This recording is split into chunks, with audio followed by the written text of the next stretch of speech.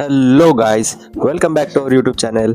My name is Swapnil Suryavanshi और आज के वीडियो में हम जानेंगे स्टार्ट विथ वाई की बुक समरी को एक्सप्लेन करेंगे। How great leaders inspire everyone to take action.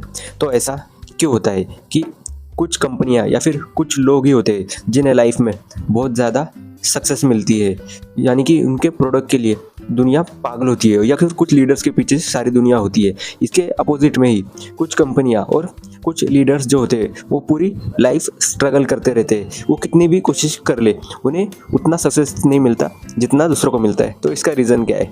तो इसका रीज़न है कि उनका वाई जो होता है वो क्लियर नहीं होता।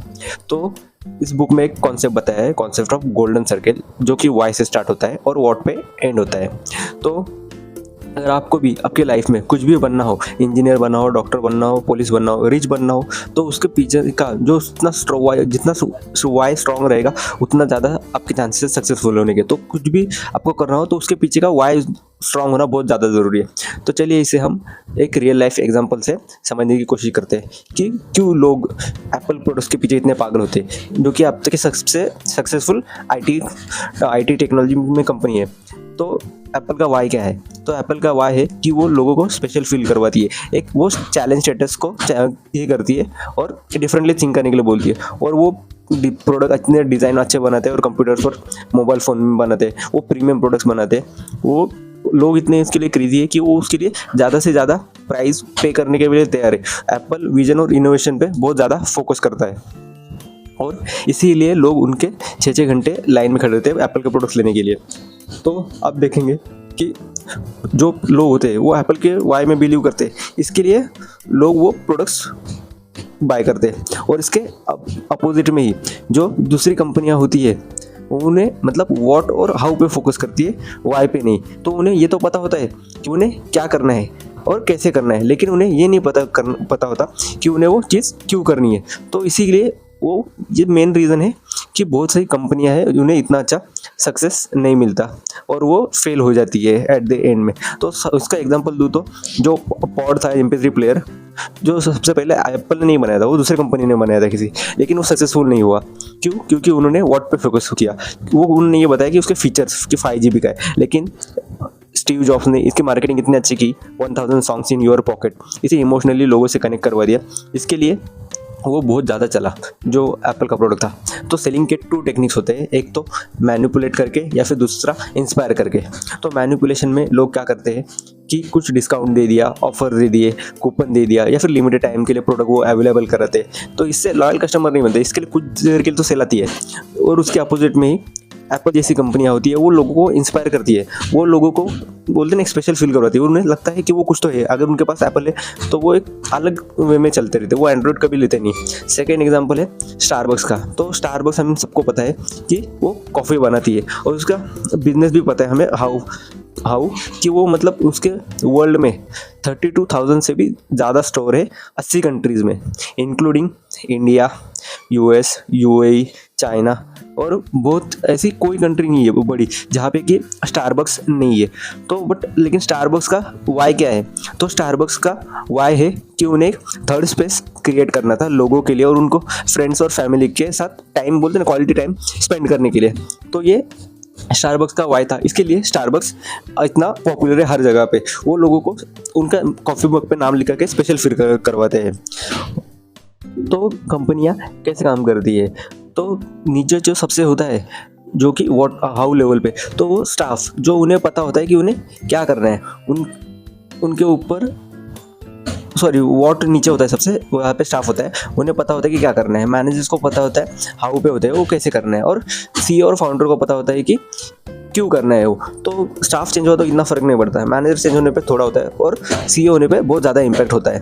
तो कंपनीज का सेलिंग के 3 टेक्निक्स होते हैं मेनली। जो वो एक होता है फीचर सेलिंग, जो कि व्हाट टाइप ऑफ सेलिंग बोलते हैं उसे, जिसमें प्रोडक्ट स्पेसिफिकेशन, बैटरी, प्रोसेसर और कितने मेगापिक्सल का कैमरा है उस मोबाइल का। सेकंड होता है बेनिफिट सेलिंग, तो इसमें कैसा है हाउ टाइप सेलिंग होती है, इसको ये थोड़ा यूज़र की तरफ, कस्टमर की तरफ ज़्यादा ध्यान देते हैं, इसके लिए ये थोड़ी बहुत चलती है। लेकिन जो एप्पल और नाइकी जैसे ब्रांड यूज़ करते हैं उसे बोलते हैं कोर सेलिंग, जो ये सबसे पावरफुल टेक्निक है सेलिंग की। तो इसमें क्या होता है, इसमें नाइकी और एप्पल ये यूज़ करते हैं ये टेक्निक, क्योंकि ये लोगों को इमोशन बेस पे कनेक्ट करवा देती है। वो अपने प्रोडक्ट्स बिना दिखाए भी इतनी अच्छी मार्केटिंग करते हैं कि वो प्रोडक्ट सेल कर सकते हैं। तो वो ऐसा लोगों को अपने वाई में बिलीव करवाते हैं, तो इसके लिए वो इतने लॉयल कस्टमर बिल्ड कर पाते हैं। तो इसी तरह लोग इमोशंस इतना ये होते हैं कि हैर्ली डेविडसन का टैटू लोग अपने बॉडी पे बना के घूमते रहते हैं, वो एक कम्युनिटी रिप्रेजेंट करते हैं, तो वो उनके वाई में बिलीव करते हैं, इसके लिए वो लॉयल कस्टमर बिल्ड कर पाते हैं।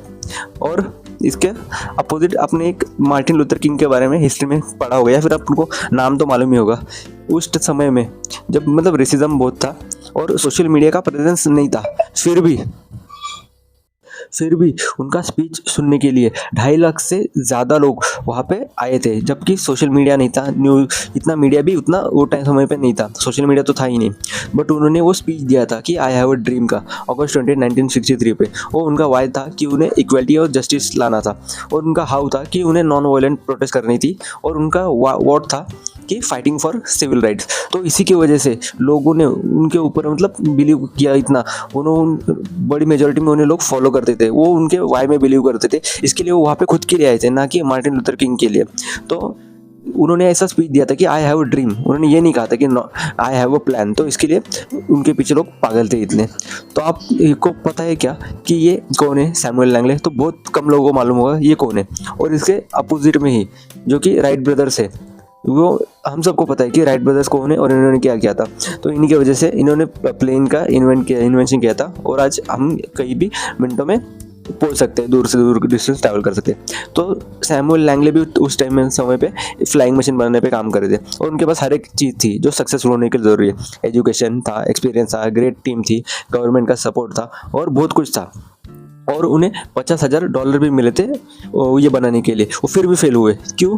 क्योंकि सैमुअल लैंगले का वाई क्लियर नहीं था, उसने बस हिस्ट्री में फेमस होना था, रिच होना था, उनका वाई स्ट्रॉन्ग नहीं था। और इसके अपोजिट में ही राइट ब्रदर्स, जिनके पास ना ही एजुकेशन था, ना ही अच्छी टीम थी, और ना ही गवर्नमेंट का सपोर्ट था, और उतना कुछ रिसोर्सेज भी नहीं थे, फिर भी उन्होंने फ्लाइंग मशीन बना दी। तो क्यों? क्योंकि उनका वाई बहुत ज़्यादा स्ट्रॉन्ग था, और उनका वाई था कि एक ऐसी मशीन बनाए जो कि लोगों के लिए यूज़फुल हो, यहाँ से वहाँ जाने के लिए।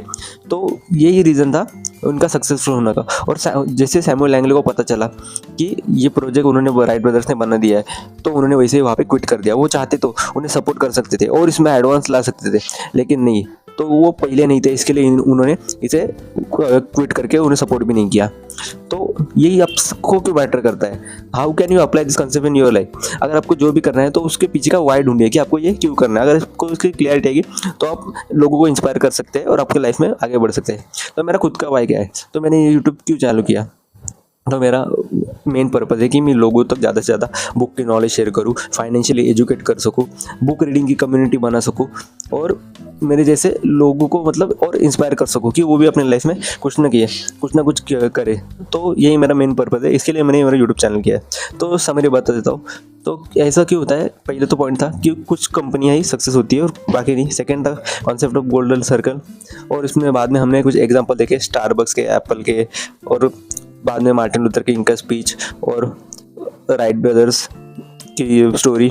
तो in the world of full companies and leader, इसमें सक्सेस वही होगा जो बोलते हैं ना, जिसका वाई क्लियर है। The key to success is starting with Y.